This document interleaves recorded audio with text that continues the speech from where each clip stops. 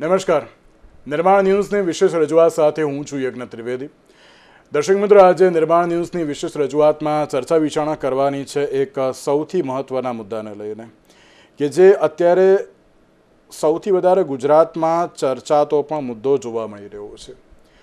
ચર્ચા તો હું એટલા માટે કહી રહ્યો છું કારણ કે જ્યારે અત્યારે ગુજરાતની આપણે વાત કરતા હોઈએ છીએ ત્યારે ગુજરાતમાં અત્યારના સમયમાં ખૂબ જ મોટી સંખ્યામાં આત્મહત્યાના કેસમાં સતત વધારો જોવા મળી રહ્યો છે.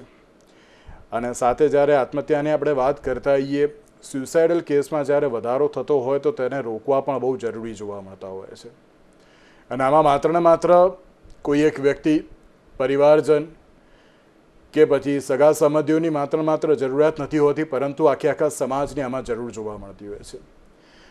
આ પ્રશ્ન એક યક્ષ પ્રશ્ન બનીને એટલા માટે ઉદ્ભવી રહ્યો છે કારણ કે સામાજિક જો ચિંતન જોવા મળે તો જ ક્યાંક આનો ઉપાય, આનું નિરાકરણ આવી શકે છે તેવી પણ બાબત જોવા મળી રહી છે.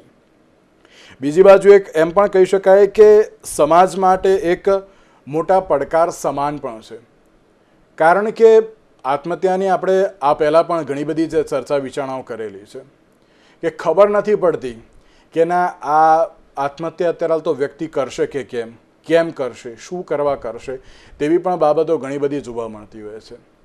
અને સાથે જ આજે એક જ મુદ્દાને લઈને મારે આજે ચર્ચા વિચારણા પણ કરવાની છે કે આત્મહત્યા એ જ છેલ્લો ઉપાય નથી. Suicide is not a last option. હું બહુ જ સારી રીતે અને સાચી રીતે અત્યારે આ સ્ટેજ ઉપરથી કહી રહ્યો છું, કારણ કે બધાને એવું લાગતું હોય છે કે યજ્ઞભાઈ બોલવું બહુ સહેલું છે, કરવું બહુ અઘરું હોય છે. પણ હું ફરી એકવાર બધાને કહું છું, સ્યુસાઇડ એ લાસ્ટ ઓપ્શન નથી. તમારે વાત કરવી જરૂરી છે, ચર્ચા વિચારણા કરશો પરિવાર સાથે, તમારા અંગત મિત્રો સાથે, તો પણ તેનું નિરાકરણ આવી શકે છે. પણ મહેરબાની કરીને સ્યુસાઇડના કોઈ પણ થોટ્સ ન લાવશો. ત્યારે આજે જ સ્યુસાઇડ જે કહેવાય કે આત્મહત્યા નિવારણ દિવસ છે તેને લઈને ચર્ચા વિચારણા પણ કરવાની છે. અને આ ચર્ચા વિચારણા કરવા માટે અમારી સાથે જોડી ગયા છે ઋત્વીબેન પટેલ, કે જેઓ એક સામાજિક કાર્યકર્તા છે, અને ડૉક્ટર યાત્રી પટેલ, કે જેઓ મનોચિકિત્સક છે. જે આ બંનેનું સૌથી પહેલાં તો સ્વાગત છે. Thank you. ઋત્વીબેન, મેં શરૂઆતમાં કહ્યું કે આત્મહત્યા એ લાસ્ટ ઓપ્શન નથી, અને અત્યારે ક્યાંક લોકો તેને લાસ્ટ ઓપ્શન બનાવીને બેસી જતા હોય છે તેવી બાબત પણ જોવા મળે છે. છેલ્લા 3 વર્ષમાં જોવા જઈએ તો 25,000થી વધારે આત્મહત્યાના કેસ પણ સામે આવ્યા છે, કે જેને રોકવા બહુ જ અઘરા છે.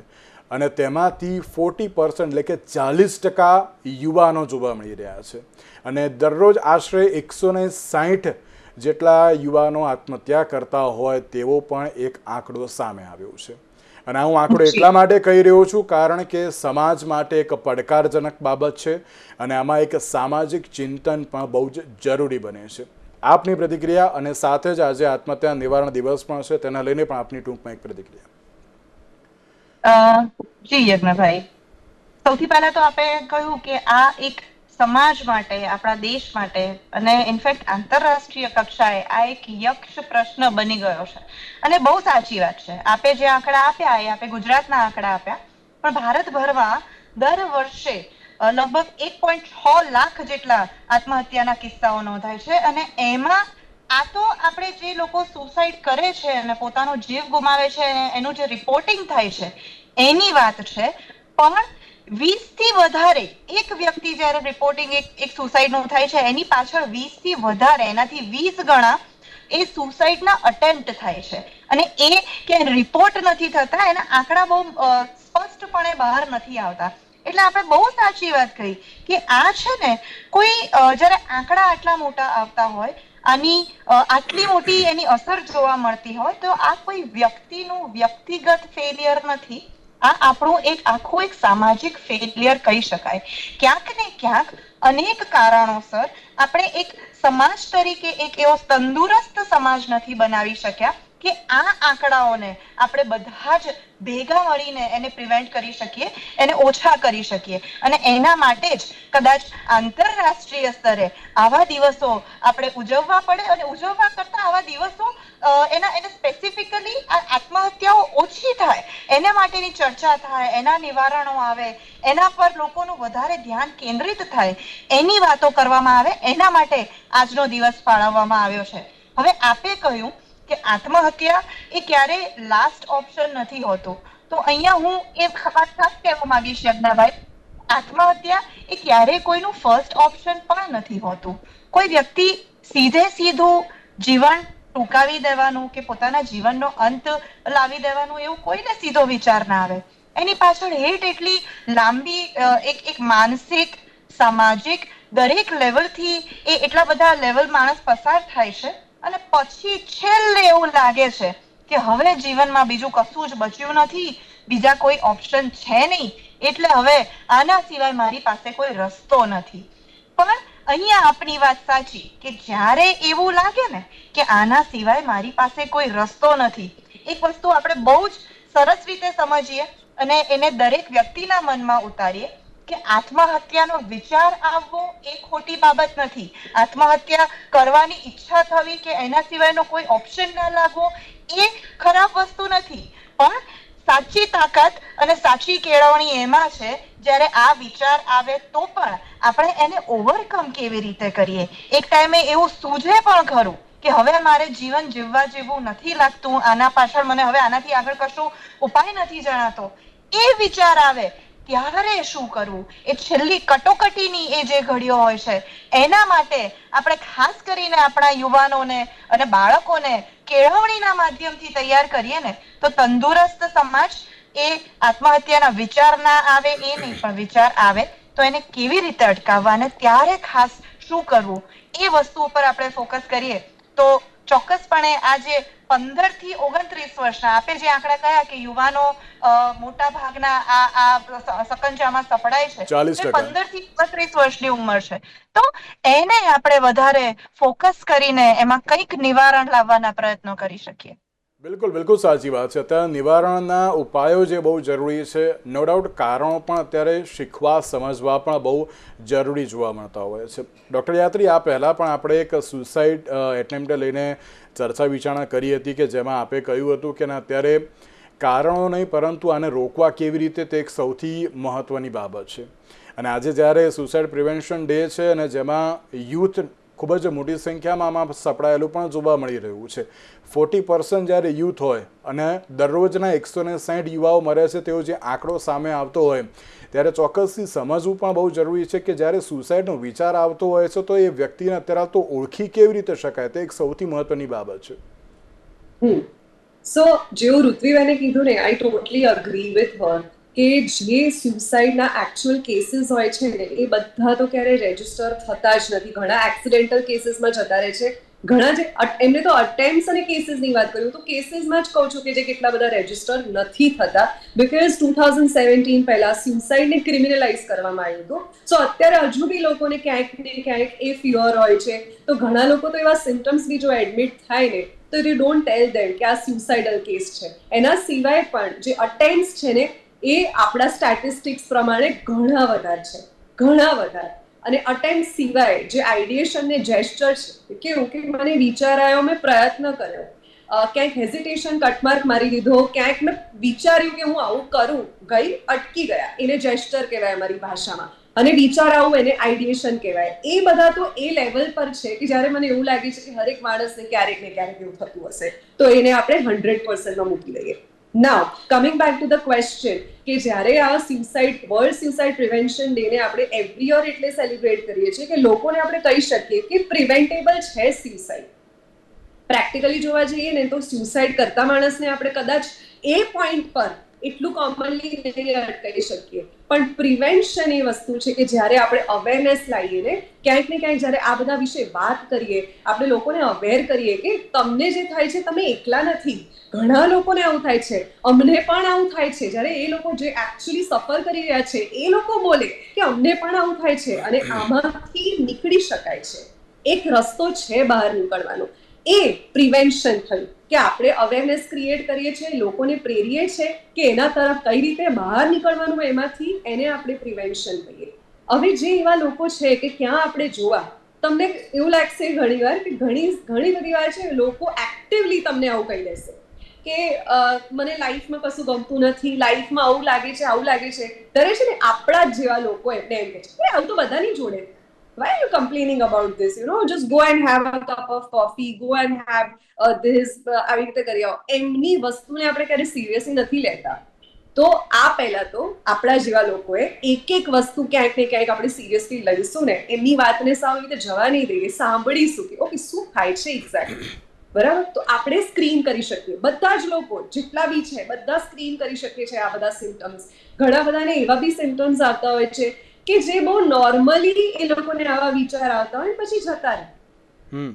કંઈક એવું ફીલ થયું કે ક્યાંક ટ્રેપ થઈ ગયું, કોઈ રિલેશનશિપમાં પ્રોબ્લેમ થયો, કોઈ કરિયર લેવલ પર પ્રોબ્લેમ થયો, કોઈ એક્સપેક્ટેશન્સ કોઈથી ફૂલફિલ ના થઈ, તો હરેક ટાઈમ પર એવું એકદમ ગીવઅપ કરવાનો થોટ આવે. પણ એ જ્યારે મેન્શન કરી દેશે ને ક્યાંક ને ક્યાંક એ આઉટલેટ મળી જશે તો એ ધીમે ધીમે એમાંથી બહાર નીકળી શકશે. તો આ થયું એ વસ્તુ. બધા જ લોકોને જેને ઇન્ટેન્ટ આવે છે અટેમ્પ્ટ નથી કરતા. કંઈક અંડરલાઈન કોઝ હોય ને, જેમ કે જીનેટિક કોઝ છે કે એમના ફેમિલીમાં હિસ્ટ્રી છે સ્યુસાઇડની, કાં તો ફેમિલીમાં હિસ્ટ્રી છે કોઈ સાયકાઇટ્રિક કન્ડિશનની, મેજર ડિપ્રેસિવ ડિસઓર્ડરની, બાયપોલર ડિપ્રેશનની, સ્કિઝોફ્રેનિયાની, એવા લોકો વલ્નરેબલ લોકો છે કે એવા લોકોને એવો વિચાર આવ્યો તો આપણે થોડું વધારે કેરફુલ રહેવું જોઈએ કે ફેમિલીમાં હિસ્ટ્રી છે તો આપણે એવું કરી શકે છે. So that is something where we have to be keen and careful કે એની અંદર આપણે થોડું વધારે ધ્યાન આપીએ.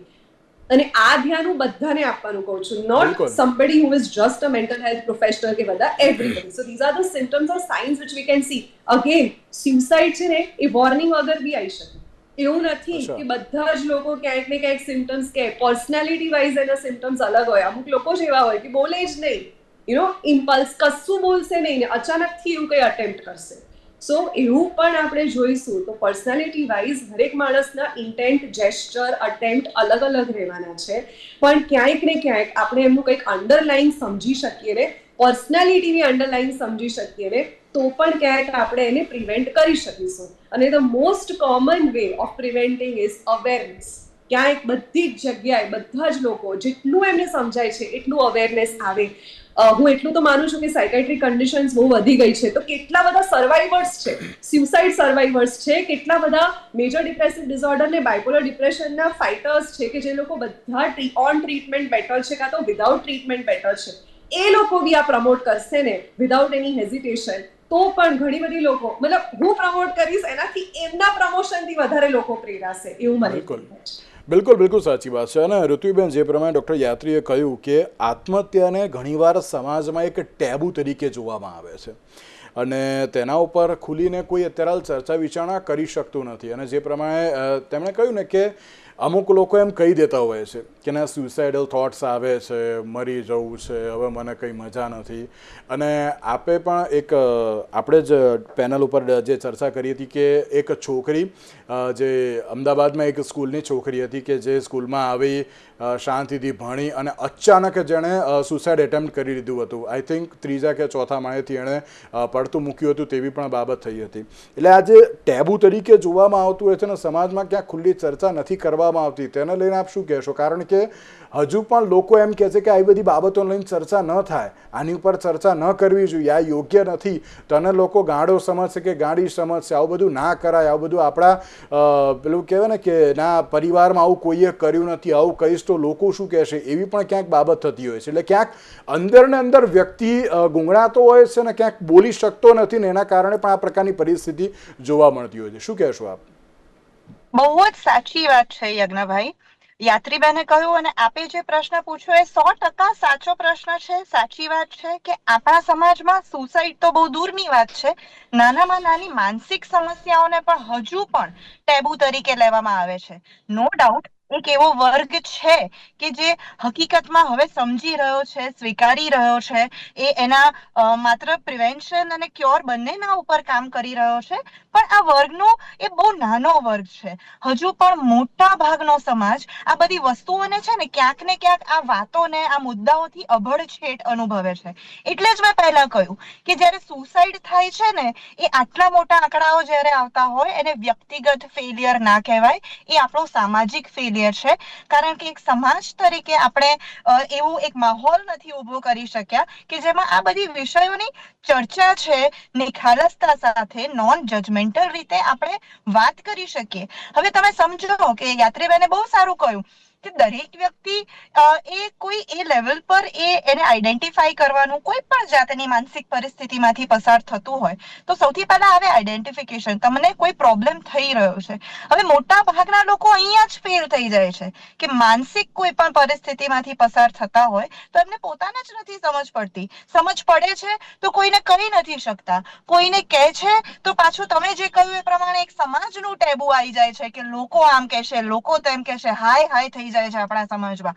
એટલે એટલા બધા સામાજિક કોમ્પ્લિકેશન છે ને આપણે જે સમાજમાં રહીએ છીએ એમાં, જેમાં આ બધી વસ્તુઓ મોકળાશથી એના વિશે, એના ક્યોર વિશે વાત કરવી એ થોડું અઘરું પડી જાય છે. તો બહુ સુંદર વાત કહી યાત્રીબેને, અને એમાં પણ હું ઉમેરવા માંગીશ કે આવી કોઈ પણ ઘટનાઓ થતી હોય દરેક જગ્યાએ સમજવાની જરૂર છે કે દરેક જગ્યાએ સરકાર નહીં પહોંચે, દરેક જગ્યાએ અમારા જેવી સામાજિક સંસ્થાઓ નહીં પહોંચે.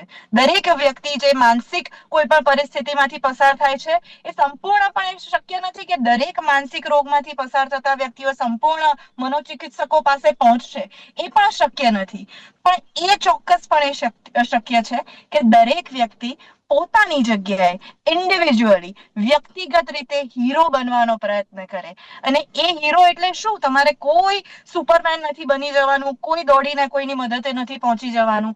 બસ માત્ર ને માત્ર એક વિશાળ દિલ, ખુલ્લા કાન અને સંવેદના ભર્યું આપણું એ મન રાખવાનું છે કે સામેવાળી વ્યક્તિ તમારી નજીકની, હું વારંવાર કહું છું કે કોઈ પણ હોય, તમારા પરિવારનું વ્યક્તિ હોય, તમારી જોડે ભણતા વિદ્યાર્થીઓ, ભણતા લોકો હોય, તમારી સાથેના સહકર્મીઓ હોય, કે પછી કદાચ અચાનક જ તમને કોઈ બહુ ઓળખતા ના હોય છતાં પણ તમને એનામાંથી અજુગતા વાઇબ આવતા હોય, તો એક મોકળા મને સાંભળો. એક નોન જજમેન્ટલ રીતે આપણે એક એટલી મોટી ક્વોલિટી ખોઈ બેસ્યા છીએ યજ્ઞભાઈ.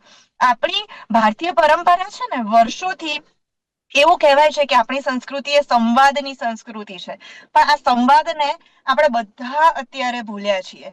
સંવાદ એ ખાલી ને ખાલી વર્બલ ના હોય, સામેવાળા વ્યક્તિની સંવેદનાનો પણ આપણે અનુભવ કરીએ, એ પણ એક જાતનો સંવાદ છે. તો આ બધું થોડા મોકળા થઈએ, આપણી જગ્યાથી આપણી આસપાસના લોકોને નોન જજમેન્ટલ રીતે, અને નોન જજમેન્ટલ કેવી રીતે બનાય? બહુ સારી વાત યાત્રીબેને કહી કે દરેક વ્યક્તિ, એમાં તમે પણ આવી ગયા, હું પણ આવી ગઈ, યાત્રીબેન પણ આવી ગયા, અને ઓડિયન્સમાં બેઠાના મોટા ભાગના 99.99% લોકો આવી ગયા કે જીવનમાં ક્યાંક ને ક્યાંક હાર્યા હશે, જીવનમાં ક્યાંક ને ક્યાંક પછડાયા હશે, ક્યાંક ને ક્યાંક સંપૂર્ણપણે એવું થયું હશે કે આનાથી આગળ હવે રસ્તો નથી. એ દરેક વ્યક્તિને થાય છે. અને એ થાય ત્યારે હું પહેલા મેં કહ્યું એ પ્રમાણે આપણે એવા વિચારો આવે, એમાં આપણે ખરાબ નથી થઈ જતા, એમાં નાના નથી થઈ જતા, એમાં હારી નથી જતા, પણ એ વિચારોને ઓવરકમ કરીએ, એના સમાધાન તરફ આગળ વધીએ, ત્યાં આપણી જીત છે. અને સામાજિક રીતે આ જીત મેળવીએ એ પ્રયત્ન કરવો જોઈએ યજ્ઞભાઈ. બિલકુલ સાચી વાત છે. હું આ પ્લેટફોર્મ ઉપરથી તમામ દર્શક મિત્રોને એક બાબત કહેવા માંગીશ કે તમને એવું લાગતું હોય કે ના અત્યારે મારી જોડે કોઈ વાત કરવા વાળું નથી, પોતાના અંગત મિત્ર સાથે એકવાર વાત કરી લેજો, તમારા પાર્ટનર સાથે એકવાર વાત કરી લેજો. એ પણ જો ના કરી શકતા હોય તો તમારા માતા પિતા સાથે વાત કરો. હું એટલા માટે માતા પિતા કહી રહ્યો છું કારણ કે એ અનુભવ બોલે છે, અને અનુભવી લોકો તમને બહુ જ સારી એવી માહિતી પણ આપશે અને તમને સમજાવશે પણ ખરી. અને જો કોઈ પણ પ્રકારનો જેમ કહેવાય ને કે કંઈ પણ પ્રકારની અત્યારે કોઈક એમ કહેતા હોય છે કે ના અમારે ડિપ્રેશન છે, એન્ઝાયટી છે, અમે અત્યારે તો કોઈ પણ એક મેન્ટલ ઇસ્યુઝથી અમે પસાર થઈ રહ્યા છે, અમે કોઈને કહી શકતા નથી, ડૉક્ટરના ત્યાં જઈશું તો શું કહેશે? સાયકોલોજિસ્ટ કે સાયકેટ્રિસ્ટ પાસે જવાથી કોઈને કંઈ અત્યારે તો કહેવાની જરૂર નથી અને બતાવવાની પણ જરૂર નથી. એ લોકો સારામાં સારી ટ્રીટમેન્ટ આપતા હોય છે. એટલે મહેરબાની કરીને ગૂગલ, ચેટ જીપીટી ને બધાને પૂછીને કંઈ નહીં થાય. ડૉક્ટરનું પ્રિસ્ક્રિપ્શન એ બહુ જરૂરી છે, એમના સલાહ સૂચન બહુ જરૂરી છે. એટલે મહેરબાની કરીને કહું છું, અત્યારે આ પ્લેટફોર્મ ઉપરથી જે પણ કોઈ યુવા જોતા હોય કે કોઈ પણ એજના વ્યક્તિ જોતા હોય, એવું નથી સાયકોલોજીસ્ટના ત્યાં જાઓ કે સાયકેટ્રિસ્ટના ત્યાં જાઓ એટલે છે ને આપણે પેલું કહે ને કે કંઈક ને કંઈક પ્રોબ્લેમ છે એટલા માટે જતા એ લોકો સારામાં સારી દવા આપે છે, સમજાવે છે, કાઉન્સિલિંગ કરે છે, થેરાપી કરે છે કે જે તમારા માટે જ સારું છે. હું કોવિડ વખતે પણ કહેતો આવ્યો હતો, અત્યારે હાલ પણ હું દરેક લોકોને કહું છું કે ઘરે બેસીને ડૉક્ટર ના બનો. અને કોઈ એવું ઘરે બેસીને સલાહ આપતું હોય એ લોકોની પણ વાત મહેરબાની કરીને ન માનો. જાઓ એકવાર સાયકોલોજી સાયકેટ્રિસ્ટ જોડે, એ પણ ડૉક્ટર જ છે, એ પણ સારું સલાહ સૂચન તમને આપે જ છે કે જેનાથી તમે જ અત્યારે સારા થઈ શકશો. ડૉક્ટર યાત્રી, એક વાત મારે આપને એ પણ પૂછવી છે કે અત્યારે ક્યાંક જે કહેવાય ને કે યુથ એન્ઝાયટી અને ડિપ્રેશનમાં બહુ જ વધારે જોવા મળતા હોય છે. નો ડાઉટ અમુકને એવી ખબર પણ નથી હોતી કે ના ડિપ્રેશન એન્ઝાયટી શું કહેવાય એમ. હા, અમુક વાર એમને એ વર્ડનો યુઝ કરી લેતા છે, ના ભાઈ હું ડિપ્રેશનમાં છું, મારી જોડે અત્યારે વાત ના કરશો, મને અત્યારે તો આમ થઈ જાય, મને આમ તેમ થઈ જાય, એવી પણ ક્યાંક બાબત જોવા મળતી હોય છે. આ યુથને અત્યારે તો બહાર કાઢવું કે કેટલું જરૂરી છે ને કેવી રીતે લાવી શકીશું, કારણ કે 160 જેટલા રોજના અત્યારે તો યુથ આમાં સુસાઇડ એટેમ્પ કરતા હોય છે તેવી બાબત સામે આવી છે. શું કહેશો આપ? બહુ જ બધા યુથ્સ છે ને પોતાની જાતને સેલ્ફ ડાયગ્નોસ કરે છે.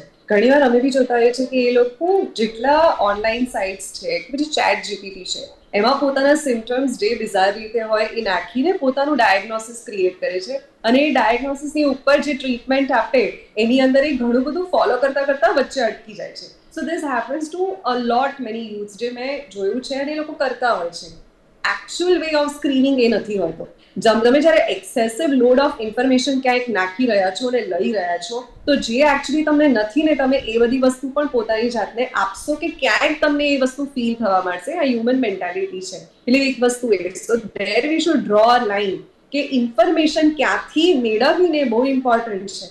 આજે જ્યારે મેં એવું કીધું કે જ્યારે કોઈ સુસાઇડની કમ્પ્લેન કરે છે કે કોઈ બી આઈડિએશનની કમ્પ્લેન કરે છે કે નાનામાં નાનો પોતાનો દિવસ નથી સારો કે ટ્રેપ થઈ ગયું છે એ કમ્પ્લેન કરે છે, તો કોને કરશે? તમારા નજીકના લોકોને કરશે, રાઈટ? નજીકના લોકો જ્યારે એ વસ્તુ ક્યાંક નહીં સમજી શકે તો એટલીસ્ટ એવું કહી શકે છે કે સ્ક્રીનિંગ પ્રોપર થવી જોઈએ.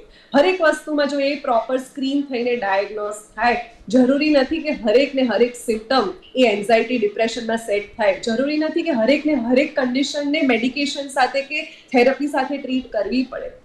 થેરપી તો મને એવું લાગે છે કે કદાચ બધા જ લોકોને થોડા ટાઈમ સુધી લઈને 1-2 સેશન લઈને છોડી દેવા જોઈએ, બિકોઝ કંઈક ને કંઈક આપણા લાઈફમાં એ રીતે થાય છે, સિચ્યુએશનલી, રાઈટ? ડાયગ્નોસિસ પ્રમાણે નથી કહેતી, પણ ડાયગ્નોસિસ કરાવવું અને એની ટ્રીટમેન્ટ શું હોવી જોઈએ એ એક પ્રોફેશનલ પાસેથી જ લેવી જોઈએ એવું મને લાગે છે. બિકોઝ એ તમારો ટાઈમ ઓછો એની અંદર ઘટશે, એટલું કન્ઝમ્પશન તમે ઓછું બીજી જગ્યાએ એ આપશો.